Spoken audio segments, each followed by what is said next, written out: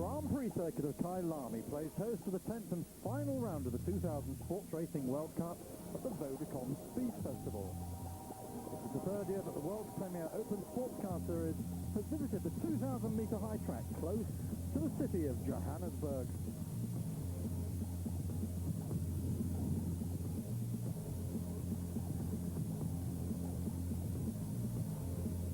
Summer sunshine brings out a massive crowd to see if local hero Gary Tomato can repeat his 1998 victory on a circuit which last hosted Formula One in 1993 when Alain Prost won for Williams.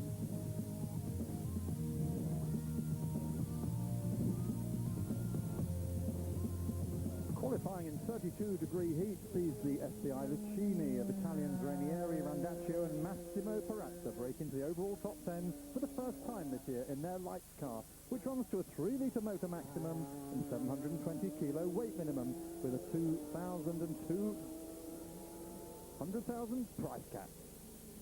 The 3-litre Alfa Romeo lights car had its best race of the year at the last round, finishing third at Manicourt.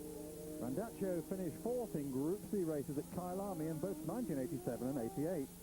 Well, new to Kylami and to Roy Baker's Project 2000 team is Kenyan Simon Wiseman, fresh from his second season of European Renault Clio Cup racing. The Nairobi driver is at the wheel of Baker's Tampoli Alfa Romeo, which the British team's trying out after a half-season with Pilbeam. Wiseman, sharing with veteran Austrian Federico Carrecker, qualifies 9th overall on the tight hilly track, which still retains some of the fast streets of the original Grand Prix track after being extensively modified in 1988.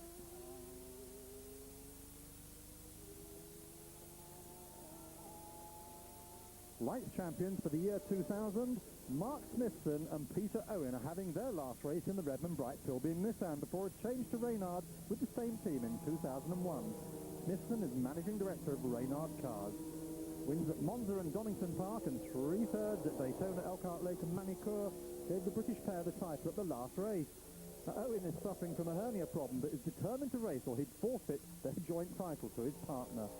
They qualify 8th overall and second fastest in lights.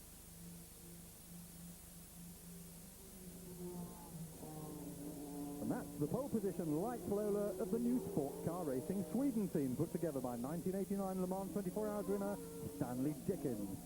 The car had run only 20 laps prior to arriving at Kylami, and Dickens and co-driver Frederick Ekblom are aiming to finish the 2-hour 30-minute race before they start looking for top places.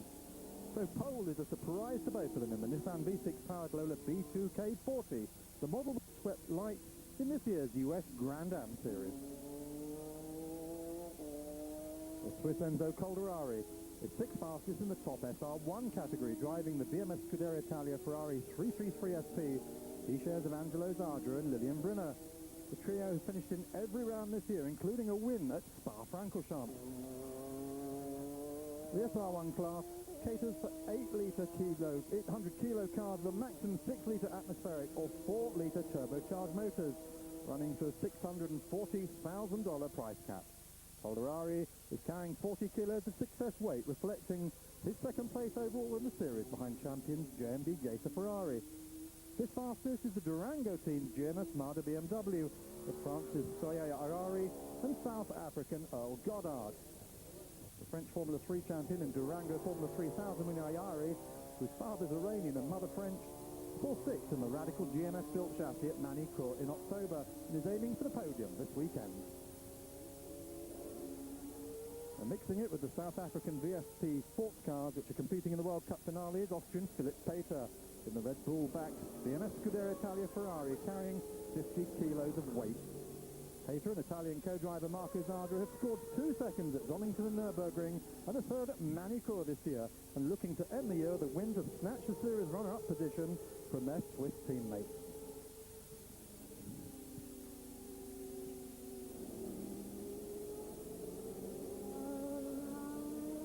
Third fastest goes to the awesome Paynos Ford of Team Denbla Arvis in the hands of Dane John Nielsen, just 0.8 of a second off pole.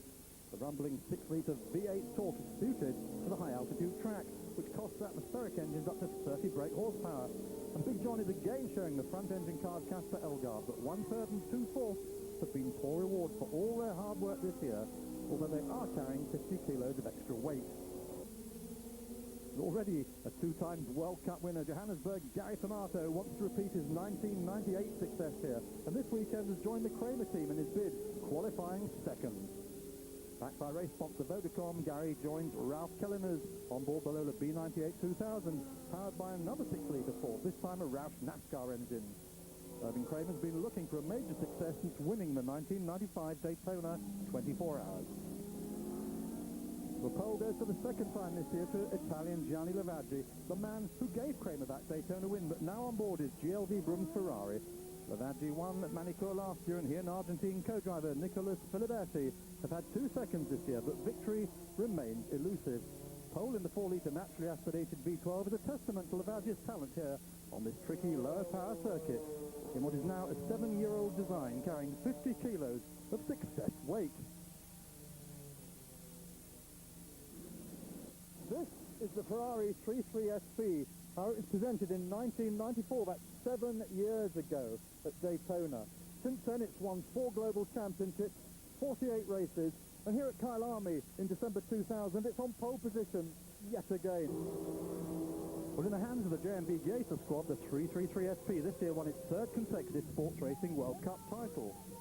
We'll add to that the 1995 Inter World Sports Car Championship, outright wins in the Daytona 24 Hours, Sebring 12 Hours, and Petit Le Mans, and a class win in the Le Mans 24 Hours, and the Ferrari has become one of the most successful sports cars of all time. Launched in 1994 after Gianpiero Moretti persuaded Piero Ferrari to build the Scuderia's first sports car for 21 years, it originally cost $1 million, including a spare engine and spare parts. The 4-litre 60-valve V12 was derived from Gerhard Berger's 1993 Formula One car, giving 635 brake horsepower to 11,500 RPM. Well, the timeless Tony Southgate design has seen the car hitting 370 kilometres an hour on the faster circuits, but essentially the 333 has been the perfect customer car, ranking alongside the Porsche 956-962 series in sports car history.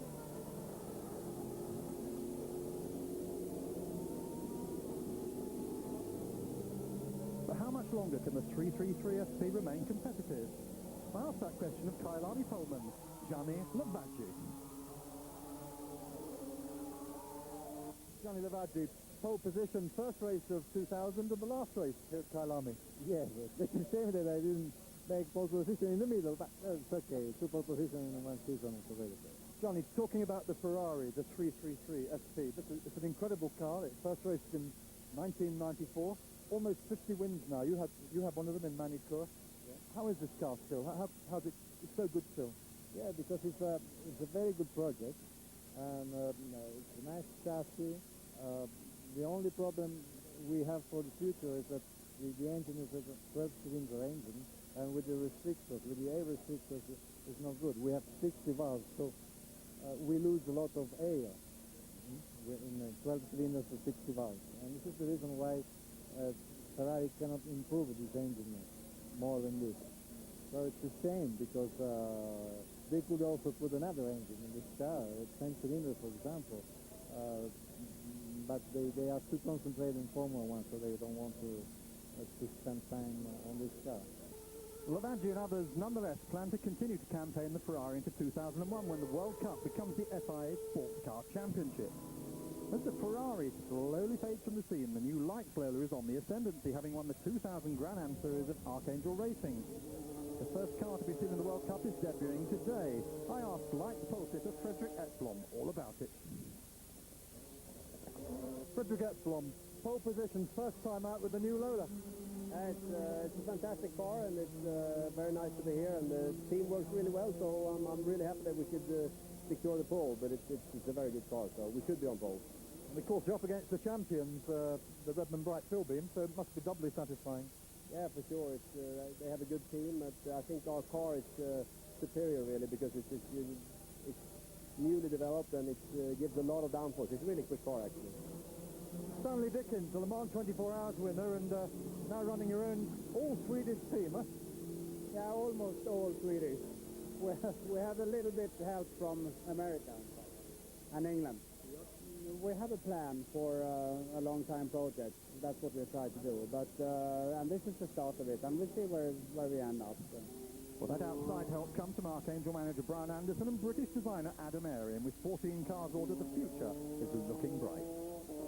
Well, for Italian constructor Tampoli, the 1998 World Cup Lights champion, there's new business too, as veteran sports car owner Roy Baker tells me. So Roy Baker, yet another car in your long and checkered career as a sports car team owner. Not only the cars, but also the number of drivers. We must have about 140 now, and about, I don't know how many cars. But this is it's quite a new experience having working with an Italian team. You never owned an Italian car before. This is a lighter car and fairly competitive as it was at Donington. I think it made the top 4 at one stage. So we're in the process of exchanging letters, and I verbally agreed that we would take this car updated with a Nissan engine and the new bodywork. So we looked at a full season only in Europe. Well, the Matrix Nissan SR1 only just made the grid after a chapter of qualifying disasters. Making his debut in the car is American driver Dan Shriver. Okay, Dan Shriver, Marcos development driver, now SR1 driver. Dan, American, driving American-built chassis, but things haven't gone to plan this weekend. No, everything that could go wrong has gone wrong. We didn't get any lap time Friday. Saturday we had problems with computers. In qualifying we had a throttle problem, and actually we're going to go run the race and with no track time, so we'll be okay. But this sort of sports car racing, I mean, this is really where you want to be in your future career, yeah? Yeah, I'd like to come back next year with a competitive drive, probably SR2, and see what we can do over the winter, do some testing, and talk to some sponsors. And as the grid forms up Sunday morning, the Gary Tomato fan club's in good voice. No pole, but the front row, and that 1998 victory giving the Johannesburg driver the moral advantage. Argentine Filiberti takes up the GLB Brum team pole for what's going to be a long, hot race.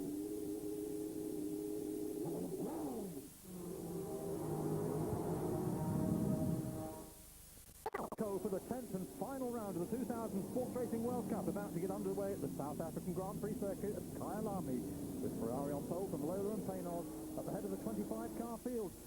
And as the lights go green ahead of 2 hours 30 minutes of endurance racing with 3 mandatory pit stops and driver changes. Nicholas Filiberti leads for GLB Brum Ferrari from Gary Tomato's Kramer Lola into turn 1, the Telcom S's, from John Nielsen looking for a way through in the Paynos Ford.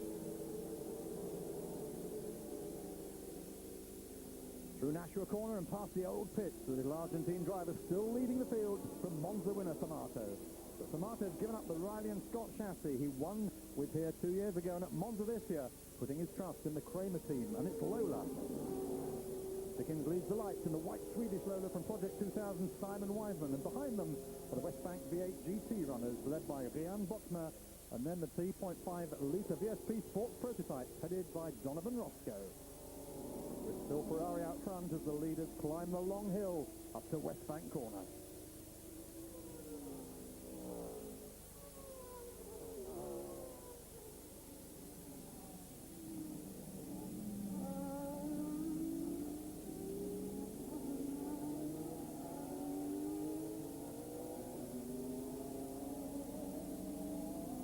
Then dives down through the frighteningly fast Caltex mine shaft, touching 320 kilometers an hour, braking hard, then round the Vodacom right-hander, and then into the ridiculously tight Yokohama chicane, where corner cutting can earn a stop-go penalty. Nielsen followed by Philip Peters, BMS Scuderia Italia Ferrari, as they complete lap 1 of the 4.257-kilometer Grand Prix track. Lap 2, and Tomato's looking for a way past Filiberti as Nielsen uses the pit exit to take a wider line to turn 1. The Danish driver still looking to give Paynos its first World Cup win, something it came close to doing in Monza until rain and a brilliant Formato intervened. Well, the front-engine Roadster has perhaps the best weight distribution of any car here, with engine, transmission and driver all between the axles, but rear engines remain the normal configuration. And for the moment, V12 power rules over the 2 rumbling V8s of the Lola Roush and Paynos Ford. But the 2,000-metre altitude favours the 600 brake horsepower 6-litre V8s with their low-down torque. The Randacchio's lights machine is slowed and is about to be gobbled up by the V8 GT field. Robin Smith locks up his Matrix just ahead of them, while Peter Owens Pilbeam has already been passed by the top 2 West Bank V8s.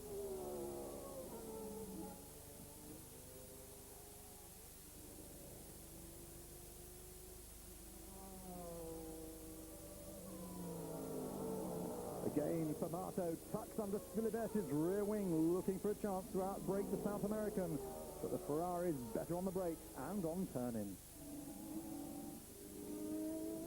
Into the chicane for the second time. With Nielsen dogging first and second, waiting for either to make a mistake.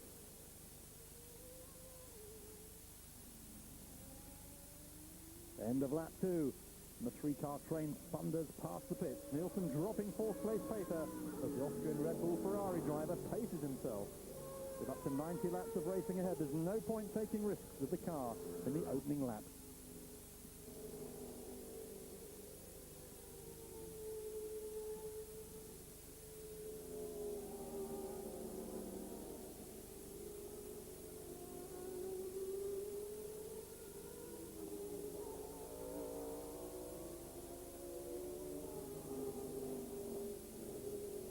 John Nielsen, winner of the 1988 Daytona 24 Hours and 1990 Le Mans 24 Hours, both for Jaguar, is still shadowing the leaders in the Paynos.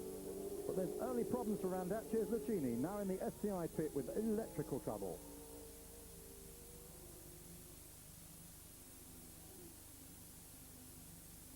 Jan Botma still heads the GT field in 10th place overall, showing that local knowledge is still an advantage. The Chevrolet Camaro is the South African V8 Championship winning car, shared with Le Mans veteran and Daytona 24 Hours winner, Sorrel van der Merwe.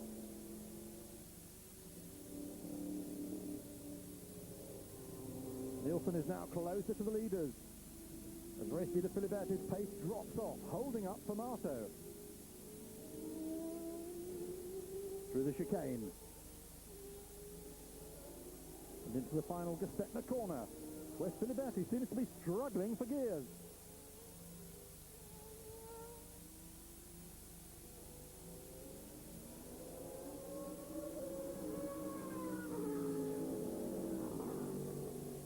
.30-degree temperatures, high-velt sunshine and a big crowd seeing the best in sports car racing as they head down to Winfield.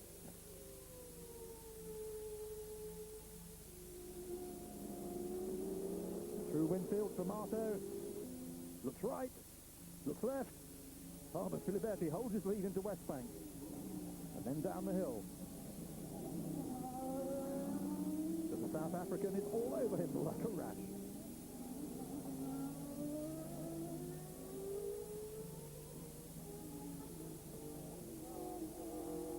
Into Vodacom, and the Lola driver is still looking for a chance to pass.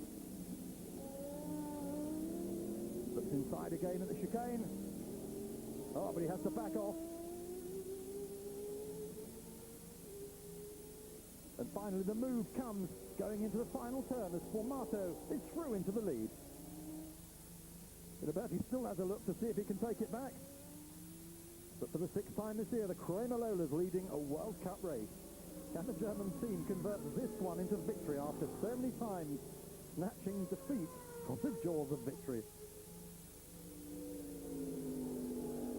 Well, Filiberti is still quick, but his lack of speed out of corners suggests he's lost second gear. And not only his Ferrari is in trouble, as Lilian Brynner locks up at the chicane when the throttle jams.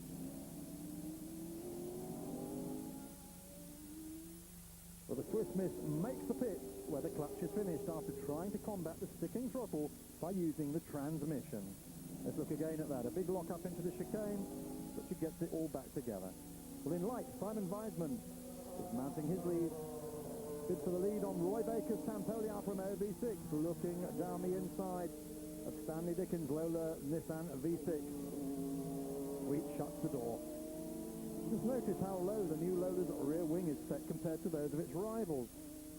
The aerodynamics of the bodywork have allowed Lola designer Airy to bring the wing down almost to cockpit height, yet retain downforce. Well, Dickens is making a return to Kylami after driving the Gebhardt Audi for 2 seasons. Prior to that, the 48-year-old was European Sport 2000 champion in 1981, 2-time Japanese sports car champion for Europe, and 1989 Le Mans 24 Hours winner for Mercedes. Weisman is new to sports cars, a Nairobi driver having campaigned for 2 European seasons in the Renault Clio Euro Cup.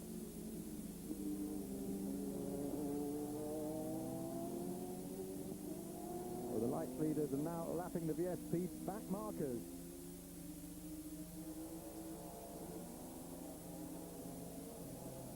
Wiseman makes his bid for the lead. 3 abreast at Gassetna. Oh, again, Dickens shuts the door. And Wiseman broadsides to Tampoli onto the start straight. Well, that seems to have given Dickens a bit of a wake-up call as the white Lola immediately starts to pull away.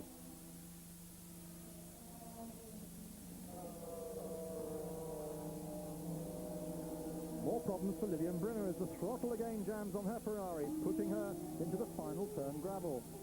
She rejoins but slowly tours back to the pits, threatening the car's bid to maintain its 100% finishing record. More importantly, it could give the World Cup run-out slot to teammates Pater and Marco Zadra. Well, now overall leader Formato is lapping the lights leaders, taking Filiberti with him.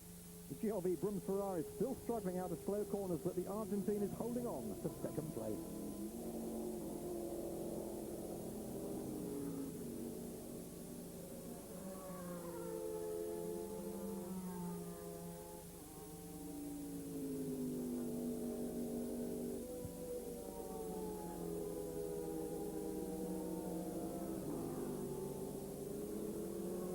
Formato comes up to lap the crippled Brynner 333 SP as he pulls further and further ahead of the number 3 Ferrari.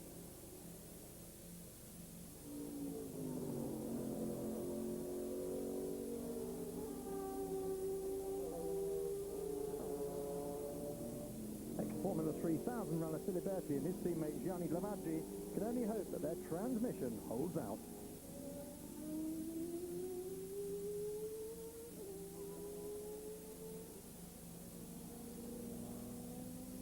Still third after 30 minutes of racing is John Nielsen with Embla Arbis Painoz. Just one team car running at Kylami in the hands of the Dave Price Racing team. But it's all over for the 22-car Brynner Calderari and Angelo Zadra. The throttle and the clutch finished as they park up in the garages.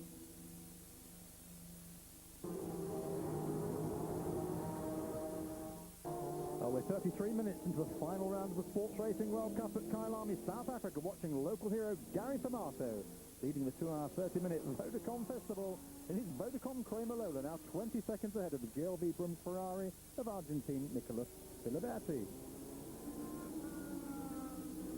Filiberti has a transmission problem but still keeps the team manager Achim Stross' tactics of stopping earlier than the opposition to take the lead back. Stays on board as fuel goes in and reports to Lavaggi that he has indeed lost second gear. John Nielsen then takes second place as he passes the pits and Philip Pater third in the surviving BMS Scuderia Italia Ferrari. Pater is now well up to speed, looking to close the gap on the rumbling Painoz ahead of him. The former German Formula 3 frontrunner and Indy Lights winner, Pater is enjoying his first year with the Brescia-based Ferrari team, which was a one-time Formula 1 entrant and more recently ran Nissan's German touring car program.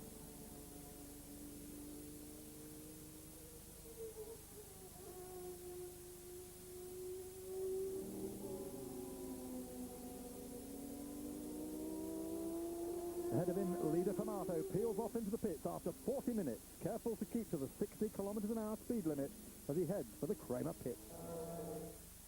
Like Filiberti, he will take on fuel only. No fresh Goodyears waiting, and no driver change as Kellner briefs him on the race situation.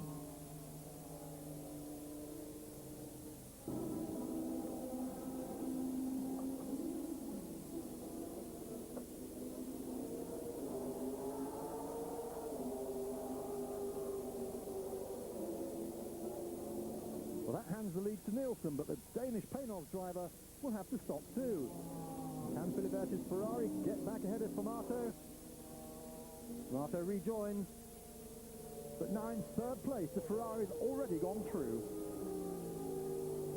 Well, the 35,000-strong crowd is soaking up the sun and superb racing as Formato catches Filiberti going up into West Bank. Still hampered by that missing second gear, which is needed 6 times a lap here at Kylami. Filiberti is slower getting out of the corner. And Gary gets alongside, down through the mine shaft. But Nicolas has a better line and keeps second place through the Vodacom Bowl.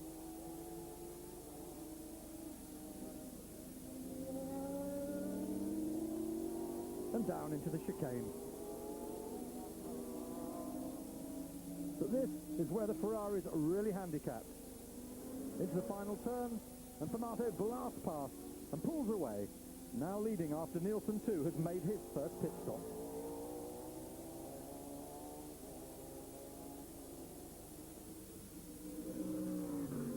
Well, John Nielsen is already going to make his second stop. Goodyear tyres are waiting for him. He goes into the pit, and then begins one of the race's biggest dramas. As confusion as he comes in, he's waved off without fuel or rubber, and he takes the airline with him. Well, there's drama in the pits where a marshal's down and a fire marshal is trigger happy. Out on the track, Nielsen's dragging the airline and gun around the circuit, unaware of the drama. The plan was to make one of its 3 mandatory stops without any work on the car to gain advantage, but things don't always work out the way they're planned.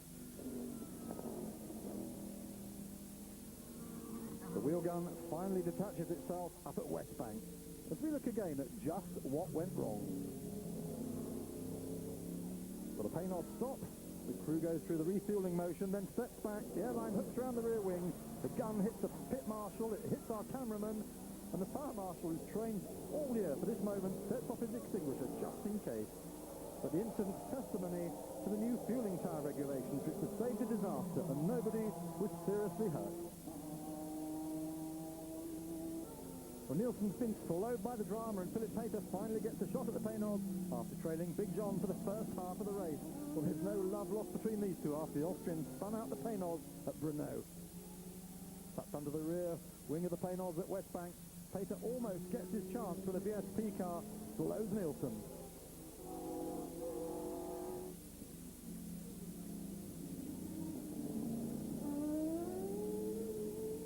But the Austrian then pulls off a great pass into the chicane, but almost understeering off the road.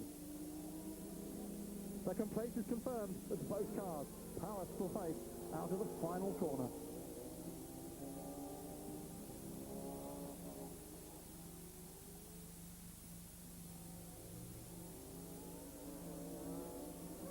In comes lights leader Frederick Ekblom, who's already taken over the Lola from Dickens.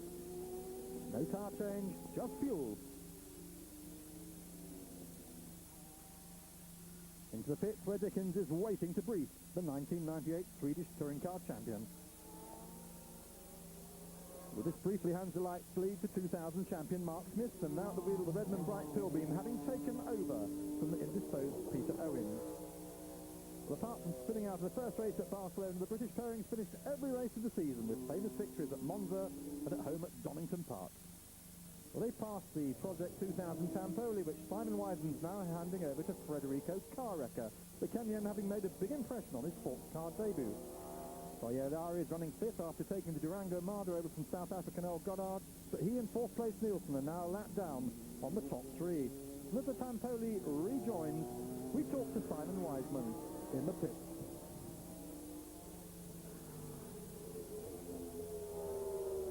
Yeah, it was very enjoyable actually. Following the Lola was a good benchmark for me to start with the first stint, and we were quite close there for about 20 laps, and I really enjoyed it. It was very good. Well, after 2 long stints, Formato finally comes in to hand over the lead car to Ralph Kelleners. The Kramer crew, who gave Lavaggi his Daytona 24 Hours victory 5 years ago, swings into action as Formato evacuates the cockpit and Helleners boards.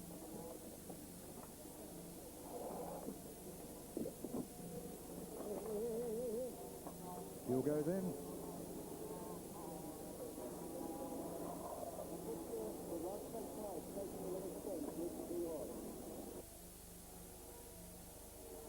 Followed by fresh Goodyear tyres.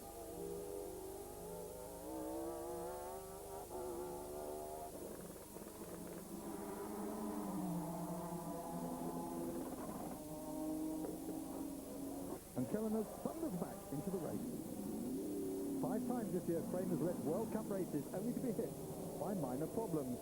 With Ralph Leach still in the lead, the now second-place BMS Ferrari's Pater stops the handover to Marco Zadra. The Gear Challenge Filiberti Lavaggi car was passed several laps ago.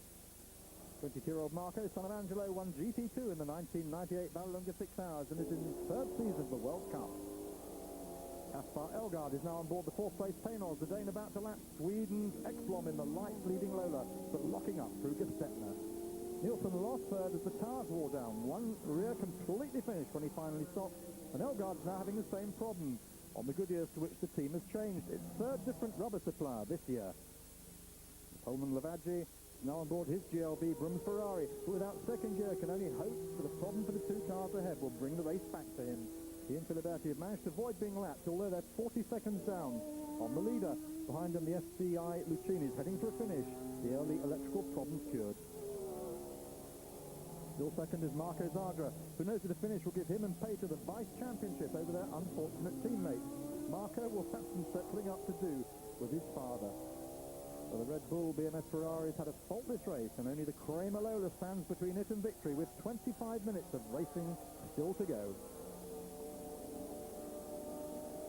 But the Kramer Lola is looking as strong as ever, and Irving Kramer can only hope that the Cologne luck of the past two races is now behind them.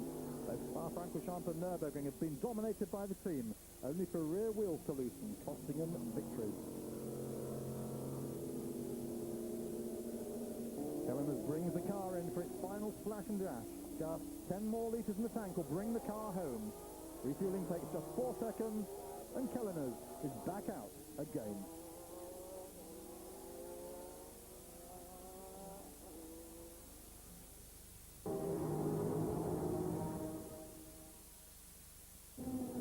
We're back at Kylami, where Kramer Lola is leading the final round of the 2000 Sports Racing World Cup, followed by this car, the 23 BMS Scuderia Italia Ferrari of Marco Zadra. Showing the Red Bull V12 with Philip Pater, the Ferrari is now 20 seconds behind Ralph Kelleners in the Lola as it passes back markers.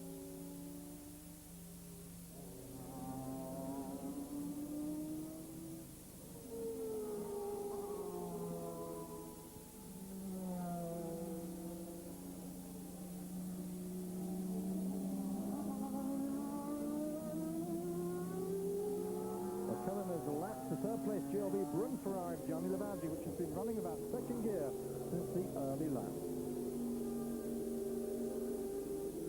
But Zadra's keeping the pressure on, knowing that anything can happen in the last 15 minutes of the race. Down into the chicane for the 77th time. The BMS Ferrari's had a perfect race in the hands of its two young chargers. Lights blazing to warm, slower cars. He's coming through. Zadra's concentrating on narrowing the gap between himself and Kelleners. But he has to make one last splash and dash of fuel, something that Kelleners has already done.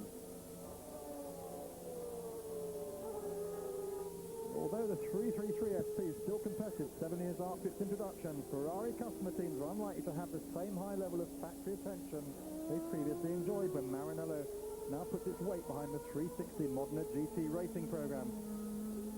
Official Ferrari tuning arm Michelotto has looked after the Dallara-built cars for the past 4 years, but teams are still waiting to hear if the customer support will continue.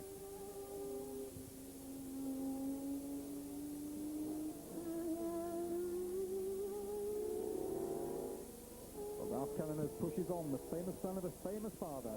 Helmut was 3 times European touring car champion in the 1980s, and he raced for Kramer too. Ralph, now 32, was German Formula Ford 2000 champion, German GT champion, and in 1996 German Carrera Cup champion. A long-time Porsche driver, he won GT2 at Le Mans in 1996 and GT1 at Daytona and Watkins Glen, driving the Weissach cars in 1998. With Roush V8 motors straight out of NASCAR, and Roush engineers are here at Kylami to assist. The 6-litre naturally aspirated stock block pushes out more than 600 brake horsepower, while Lola cars work closely with Kramer on the sports car program. Remember, Dan's Lola won here last year with Jean-Marc Gounon and Eric Bernard, so victory today, coupled with a light win, would bring Christmas early to Lola's British base at Huntingdon. They haven't had a win outside America this year.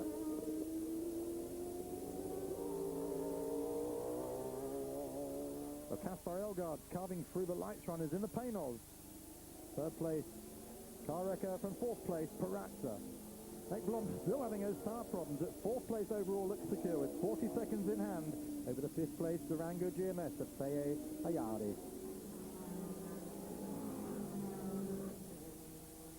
Heavy traffic here on the high belt, and the Panos has proved a real crowd pleaser on its South African debut, with closer links to the country's top Westbank V8 GT series than the other sports prototypes.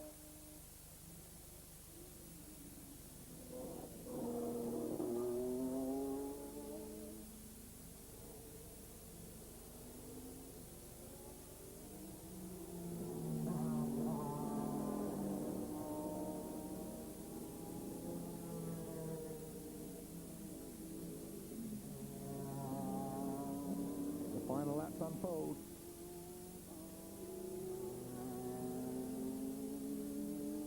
As Lights leader Frederick Ekblom now has a one-lap lead over the Redmond Bright Pilbeam of champions Smithson and Owen, but still has time to make a final splash and dash and keep the lead.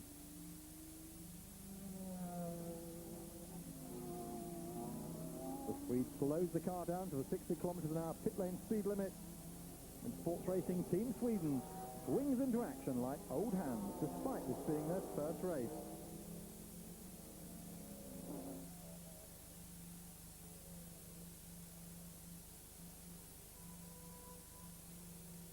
Well, a huge crowd is still enjoying the sunshine here, in sharp contrast to last year's rain-lashed Sports Racing World Cup finale. Mark Smithson returns to the track after his splash and dash as Dickens signals Ekblom out of the pit.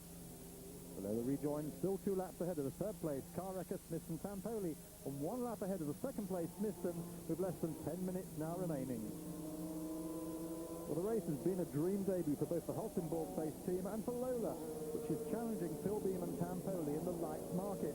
And like the Pilbeam and Tampoli, the Lola has run the whole race on the same set of tyres. It's also been one of 3 times Le Mans contender Ekblom's best races.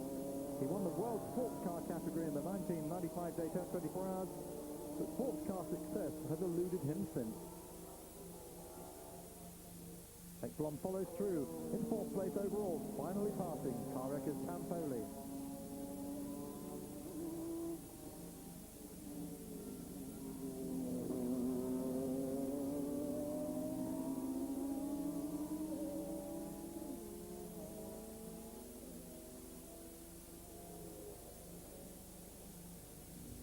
Further back down the field, the Westbank V8 class has been dominated by 2000 champions Cyril van der Merwe and Rian Bosma, running 10th overall at the head of the Camaro and Mustang-dominated category. Tyre wear has been the problem for these muscle cars, which normally run sprint races, stopping every 40 minutes for fresh rubber and fuel. But what a great show they put on. The South African VSP category goes to the Shelby Buick V6 of locals Donovan Roscoe and Wojciech Piron. These are single-seater space frames built for American SCCA racing by Carroll Shelby, and they've been the basis for Springbok sports car racing for several years now. And driving standards among both the VSP and Westbank runners have been outstanding, with none of the collisions that mark American sports car racing. Well, Marco Zadra finally makes his splash and dash with just 7 minutes left on the clock, rejoining 59 seconds down on leader Kelleners. Victory looks out of reach now, but it isn't over until the checkered flag flies. Zadra and Pater have done all they can, but the high-revving 4-litre Ferrari V12 has been outperformed by the torquey 6-litre Roush V8 in the rarefied atmosphere of the 2,000-metre high belt. Their vice championship over their BMS teammates is guaranteed if they can finish, and Tomato is poised to leap into 3rd place ahead of Calderari, Brunner and Angelo Zadra if he can win.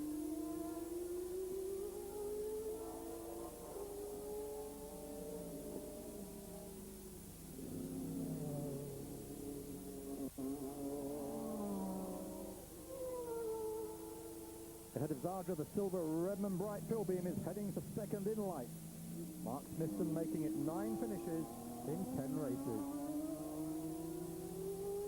Next year, the Reynard managing director will put his money where his mouth is, racing a Reynard SR1 with Peter Owen. For a man who made his name building hill climb cars, Mike Pilbeam has enjoyed one of his best seasons ever, as his car took 5 of the 10 light wins.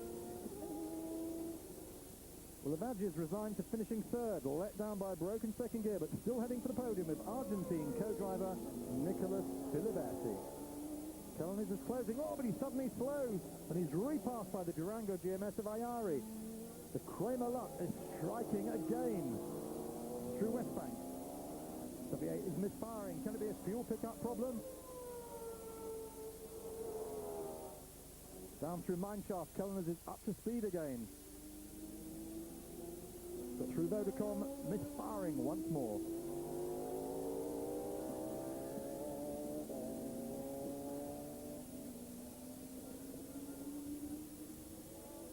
Through the chicane for the 85th time, and Kellner's hoped it was only a temporary problem. He took on enough fuel to complete the distance, but it's not getting through to the motor. He's got power again. But past the pits, the misfire returns. And he now has a whole lap to complete to get back to the pits where Irving Kramer is making frantic calculations.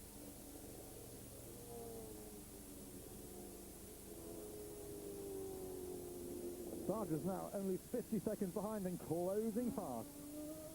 The last ever World Cup race before becoming the 2001 FI Sports Car Championship is heading for a cliffhanger finish. Again, the Lola slows as the fuel pump sucks in air.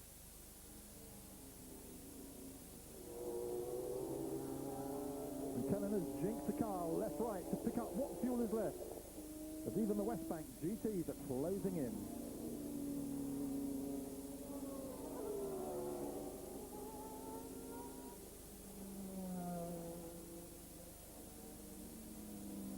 Again, the Roush V8 hunts for fuel. As Terry Wilford passes in his Mustang, and Kellner tries to make the pits with 4 kilometres still to go.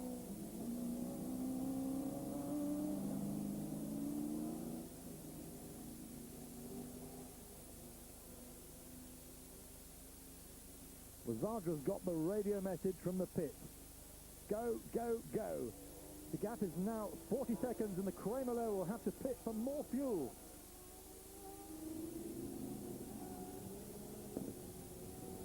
Through Vodacom, and the Lola almost comes to a halt. Then finds just enough gas to make the chicane and the final corner into the pit.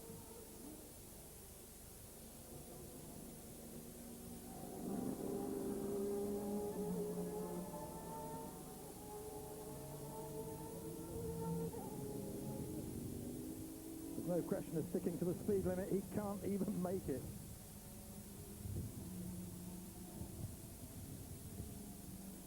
Into the pit. Another 5 litres going for the final lap.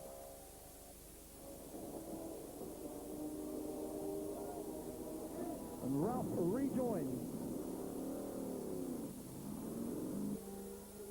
Still ahead of the BMS Scuderia Italia Ferrari.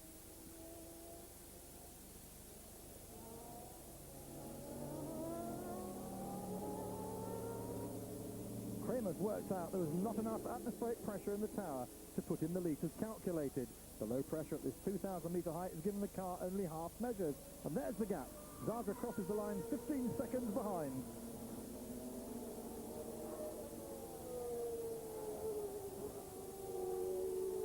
Well, Kellner has started the final lap and Zardra follows. 87 completed, 1 to go.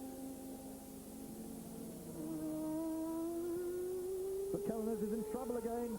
Considerably less than 5 litres must have gone in. The Kramer car's in Goodyear now, halfway round the final lap.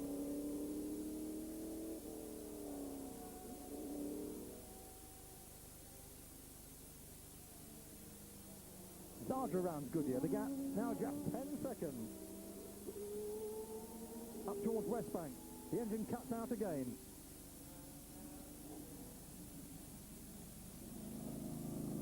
And there's Zardra, only 8 seconds behind.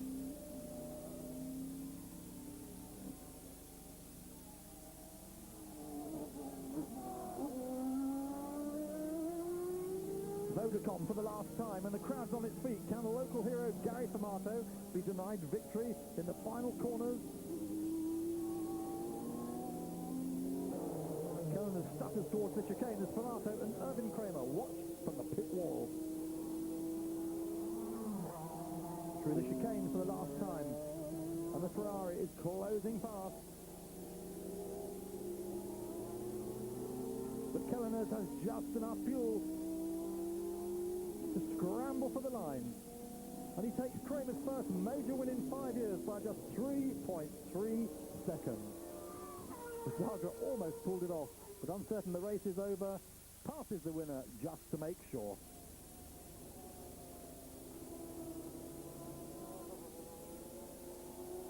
Well, what a finish. The final race of 2000 of the Sports Racing World Cup. And confirmation of the results, the gap between Kylami and Zagra, 3.3 seconds, and between Zagra and third place Lavaggi, 38 seconds, with Tomato becoming the first two-time Kylami World Cup winner. Dickens and Ekblom are confirmed as first-time lights winners, Lola taking the Kylami double. And so the third season of the World Cup ends in one of its best races, the outcome in doubt until the final corner, and as Zagra climbs up his BMS Ferrari, Kylami's parked up. The win lets Formato leapfrog the BMS Ferrari number 22 team into third place in the championship. Well, the German driver is greeted by his team, but then falls into the arms of Erwin Kramer.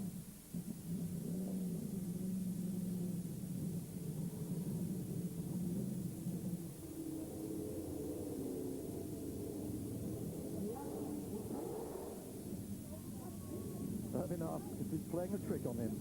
No, says Ralph emphatically. But let's hear it from the winners. Oh, that was just... I could have cried in the car when 3 laps before the end.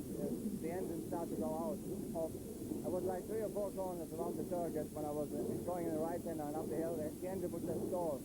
And I think we had a problem that we didn't suck out the last 25 litres, so that's why I had to come in, and we pushed another 5 litres in, but still in the last lap we started to stall, so it was just like, I think 2 seconds on the straight, and 3 laps before we had an advantage of 60 seconds. Came here to win this weekend. I believe that the Kramer team could have done it, and we needed things to go well, and you could see when the team around you, they were motivated, we all were got stuck in, and we did a good job, and this is fantastic seeing the Eurosport for me.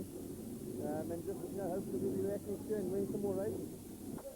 So you've been with me, Mark Cole, for a dramatic end to the season as Vodacom Managing Director Andrew Matembu hands over the World Cup trophies to the winners, and to Pacer and Zagra.